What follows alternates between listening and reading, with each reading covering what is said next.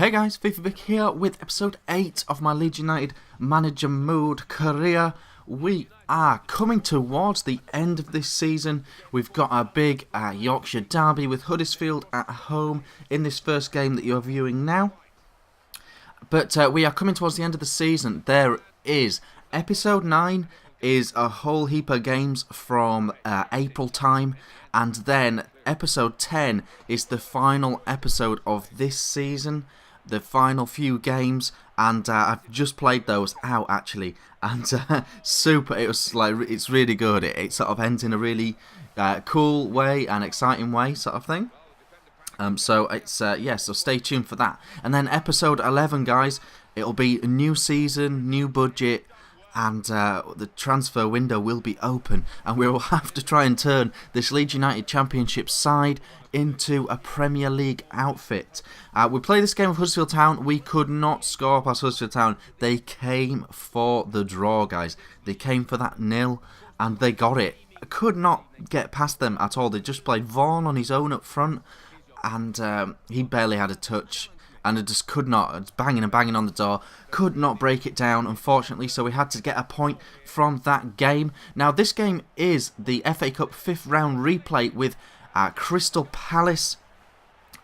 Quite good, quite exciting, quite good to be up against Premier League opposition again in the Cup. 5th round of the FA Cup is not a bad place to be as well. Or is it the 4th round? Forgive me. The Cups have been a bit of a blur this year because it's been such a battle. Look at that chance to score from Hussein. Just missing out. But we went 1-0 up with McCormack. A really tidy finish and a really good assist from Tungu. And this game, it turned into an absolute battle. The game was quite chilled, quite placid until we scored. But once we scored, it just turned into an absolute battle, guys. Look at this chance that they had here. I've missed chances like that myself. Doesn't seem to want to go in. But we did manage to beat a Premier League side away from home in the Cup. And we do progress into the next round of the FA Cup. So that is good news, guys. We've got a simulated game here against Yeovil. A good one to simulate, guys. I mean, I'm not being particularly tactical with what games I simulate. But if you do want to be tactical, you want to be playing the teams in the bottom 8 of your division and at home preferably as well. They seem to be the two major factors in determining when you're going to have a good result simulating. Yeovil are low in my league, but because they were at home, I think it always just gives them more of a chance of getting that simulated win. That's my personal experiences over the last 3-4 FIFAs. Just seems to be the way they do the rule set for simulated games. And obviously it is going to be random to a certain point anyway.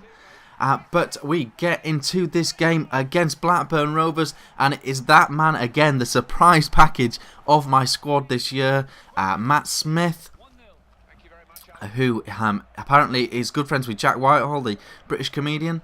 But a good goal from him with his head. That's 8 goals. Most of the goals have been off the bench or the occasional start as well. If you look at McCormack's 11 goals, he starts a lot of games. So very impressive. He's been a real bonus to this squad having Smith in. And it makes me think that I'm definitely going to need a plan B striker in the Premier League. And what I mean by that is I need an Andy Carroll. Or a tall player, a tall striker of some kind. He pops up again here with his second goal of the game and the third of the game in total. 3-0 up against Blackburn Rovers. That is how it finished. But like I was saying, guys, I really do feel like I'm going to need a big, tall striker. I don't think Smithy Boy is going to progress enough to be a Premier League striker. But if anyone knows any tall strikers with good potential, put it in the comments. As you can see, we are 4th in the division. It's pretty tight. There's 6 points between us and Wigan in 2nd place. Middlesbrough are miles off into the distance with 75 points. I don't see winning the league as an option from this position. We simulate our next FA Cup game. The next FA Cup game came thick and fast simply because we had to play a replay in it. But we get another Premier League team, another game away from home, and we lose 2-0 to Sunderland, unfortunately. But it does allow us to turn our attention to the league, which is all important at this stage. Look at that league table, guys. We need to start winning. You know, if Wigan get any more points ahead of us, we are out of this race. You know, it's going to come down to about, I think it's going to come down to about who has about 88 points, 90 points, something like that. That's going to be the cut-off point, and if not, we're going to end up in the playoffs, guys.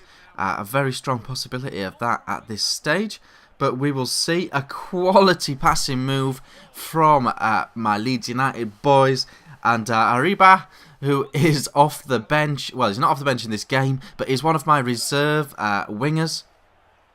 Does an okay job when he gets a start, but he's very low rated, something like 62, 63, something like that.